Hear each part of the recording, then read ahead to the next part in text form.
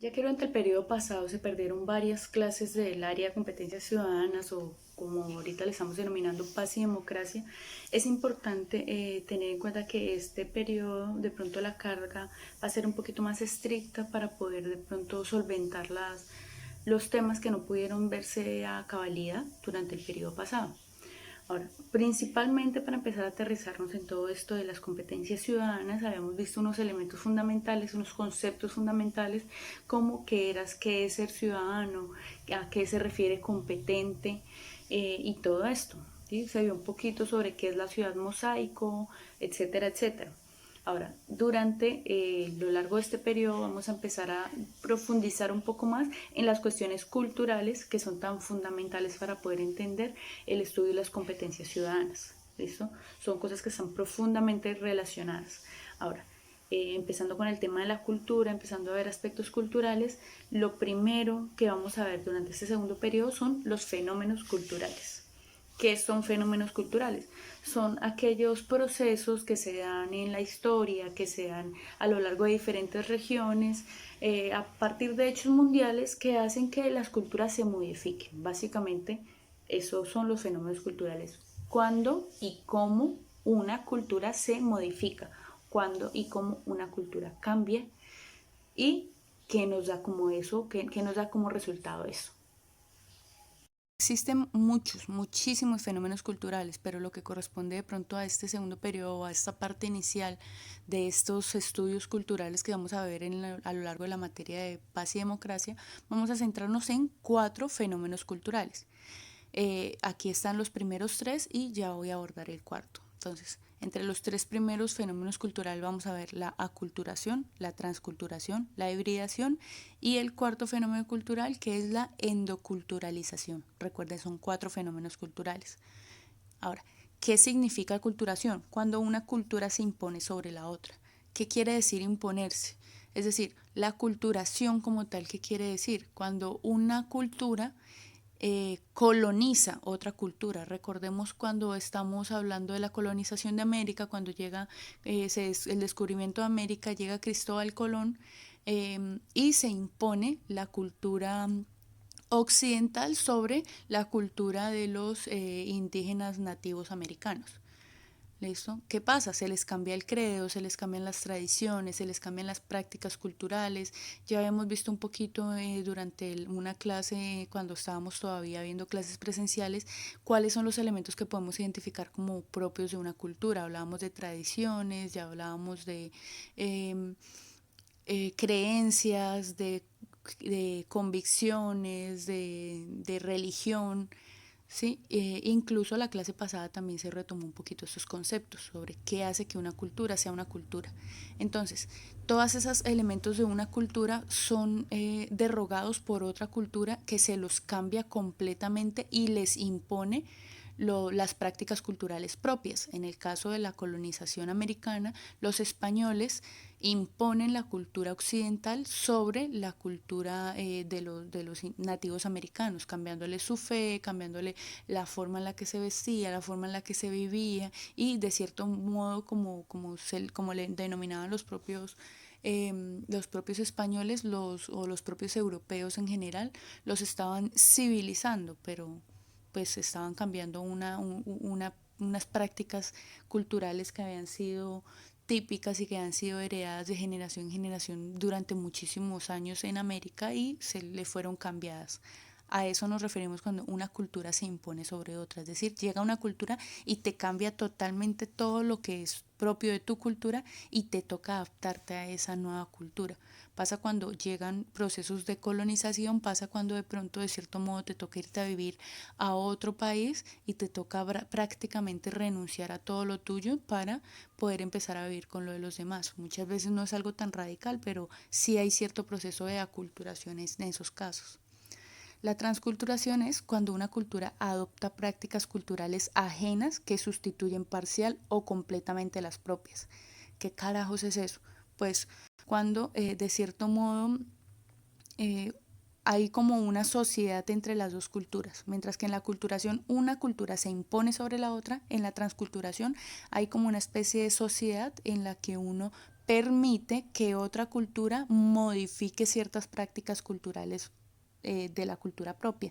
No las cambian necesariamente del todo, y en caso de que se cambien completamente esas prácticas culturales, es decir, que uno adopte las tradiciones o las creencias o toda la fe o todo el sistema político de otra cultura, en caso de que eso cambie, no es algo que se está imponiendo, es algo que uno tiene la iniciativa de hacer. Rara vez pasa de que se cambie completamente. Lo que normalmente se conoce como transculturación es que una cultura acepta y adopta las prácticas culturales de esa otra cultura, ¿sí? No adopta todas, sino simplemente ciertas cositas, y hay como una cierta modificación de la cultura propia. Pero eso es algo a lo que uno accede como tal, no es algo que se impone. La hibridación es cuando dos culturas se mezclan, cuando hay elementos de las dos culturas, entonces ya no se reemplaza como tal todo como en la aculturación, sino que en este caso termina lo que nosotros conocemos como siendo un híbrido. ¿Por qué? Porque se mezclan las dos culturas, entonces quedan cosas de aquí, quedan cosas de allá, o incluso se hace como un trato, por decirlo así, entre las dos culturas, y hay una especie de resultado de sumatoria final que hace que una práctica cultural resulte nueva, porque es una mezcla entre las dos cosas. Recordemos que ese concepto de hibridación viene propio de las ciencias naturales cuando hablamos de los híbridos, cuando hay una mezcla entre dos genes, cuando hay una mezcla entre dos razas diferentes, cuando hay una mezcla entre dos tipos de organismos diferentes. Parte de los fenómenos culturales, la endoculturalidad. Se dice que la endoculturalidad es cuando una generación más antigua le hereda prácticas culturales a una generación más joven. Un ejemplo de eso es cuando los padres nos heredan prácticas culturales a nosotros, cuando nuestros abuelos nos heredan prácticas culturales, cuando tíos, generaciones de hace 10, 20, 30 años que incluso nosotros no conocimos, pero que entendemos que ciertas tradiciones familiares, ciertas costumbres, ciertas celebraciones familiares no son realmente heredadas, solamente creadas por sus padres, sino porque se las heredaron a ellos sus abuelos, sus tíos, bueno, generaciones más antiguas.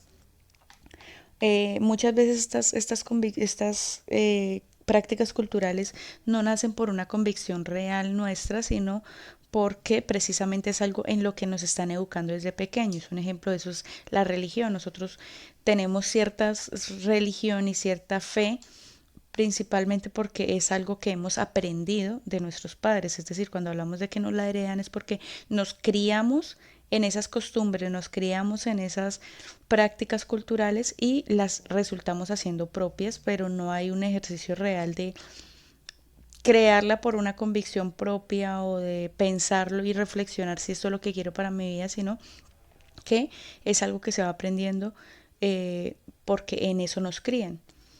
Esto no estoy diciendo que está mal ni nada por el estilo. Hay algunas personas que más adelante se lo cuestionan, si cuestionan de pronto su fe, hacen un cambio de religión, como otras personas realmente ya nos hemos fundamentado en eso y simplemente seguimos allí, seguimos con estas prácticas religiosas e incluso también se las heredamos a nuestros hijos.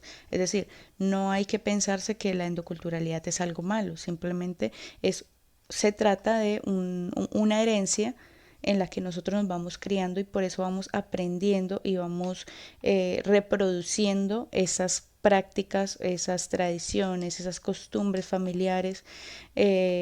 Otro ejemplo de eso es la Semana Santa, es muchas de las formas en las que nosotros celebramos el Año Nuevo, la Navidad, que decimos es que en mi familia hacemos esto.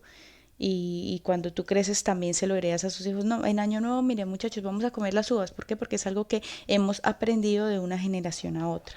Esa es la endoculturalidad.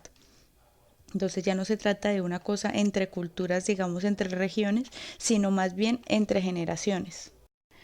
Entonces, además de los fenómenos culturales, hay dos conceptos que son fundamentales para el estudio cultural que estamos haciendo en el área de paz y democracia.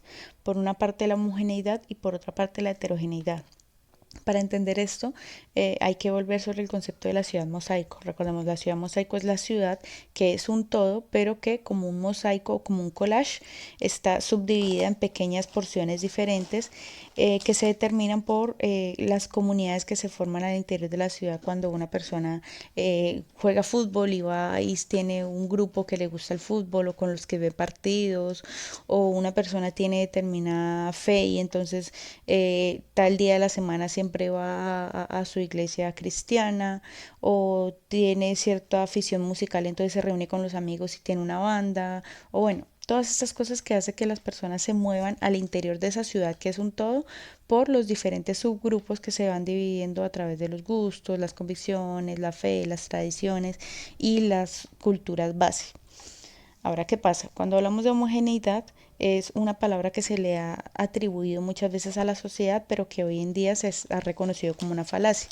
Algo homogéneo es algo que es uniforme, por eso aquí estamos resaltando la uniformidad como significado principal de la homogeneidad. ¿Qué pasa? Como cuando ustedes van al colegio y los piden que todos se vistan igual, como cuando están en el ejército y pretenden que todos se vean igual.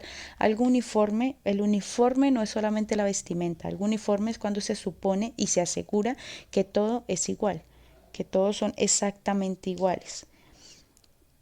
Y sí, son tratados todos como seres iguales, pero el problema con eso es que se están negando las necesidades individuales, es decir, es claro que en una sociedad como Colombia o vayámonos a algo más pequeño a Buga, a pesar de que es todo, es la ciudad de Buga, las personas están marcadas por necesidades individuales que se deben a el nivel económico, al acceso laboral, al acceso educativo, a las convicciones y las tradiciones, ¿sí?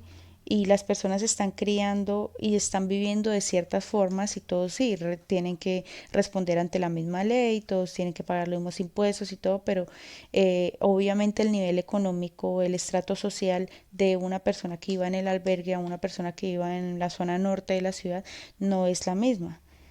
¿Sí? Y ahí estamos empezando a entender que hay unas necesidades económicas diferentes, que hay unas necesidades sociales diferentes, que hay unas prácticas culturales diferentes. Entonces, asegurar que todos son iguales es una falacia. ¿Por qué? Porque todos tenemos necesidades diferentes. Las necesidades que tiene mi familia en este momento en la cuarentena pueden ser muy diferentes a las que tienen las familias de cada uno de ustedes. La forma en la que nosotros estamos viviendo la cuarentena es muy diferente a la forma en la que cada uno de ustedes la están viviendo. Entonces, pues eso es algo que es importante de pronto empezar a, a demarcar. ¿Listo? Ahora, la heterogeneidad es un concepto que se opone a la homogeneidad y que de pronto tiene que ver más con, no con la uniformidad, sino con la empatía. Es decir, algo heterogéneo es un todo, pero que al interior de ese todo se puede percibir que hay elementos individuales. En este caso, cuando hablamos de la heterogeneidad cultural, estamos hablando de una sociedad que se basa en la empatía porque entendemos que todos tenemos los mismos derechos. Sí, pero se respeta la individualidad de las personas al entender que no todos tenemos las mismas necesidades y que en nuestra diferencia, es decir, no estamos diciendo todos somos iguales, ese discurso de todos somos iguales está mandado a recoger, todos somos diferentes. Cada uno de ustedes es un mundo diferente, cada uno de ustedes piensa diferente y en esa diferencia hay que tener el respeto, es decir, el respeto de aceptar que el otro es diferente a mí, pero que a pesar de que es diferente tiene los mismos derechos, que el otro es diferente a mí, piensa diferente a mí, tiene necesidades diferentes a las mías, pero no por eso son menos importantes que las mías. Esa es la heterogeneidad, basarnos en la empatía, es decir, en ponernos en los zapatos del otro, en reconocer al otro como un ser que al igual que yo también tiene necesidades, también tiene pasiones, también tiene pensamientos, también tiene tristezas. Listo, muchachos, eso es todo lo que necesitamos como para empezar a introducirnos en esta temática de las culturas y que vamos a empezar a ver más adelante. Recordemos que todos esos temas son fundamentales para cuando ustedes tienen que empezar a responder en el ICFES, toda la parte de competencias ciudadanas y toda la parte incluso de ética y valores que se les plantee aquí en adelante, que ustedes de pronto ya al estar en grados superiores se les retira un poquito solamente estar viendo los valores y solamente estar viendo las reflexiones y de pronto empezar analizarlo como la parte cultural a la cual ustedes entran a ser parte cuando se conviertan en ciudadanos. Recordemos que ciudadanos, es decir, mayores de edad que pueden votar, que pueden ejercer su derecho al voto.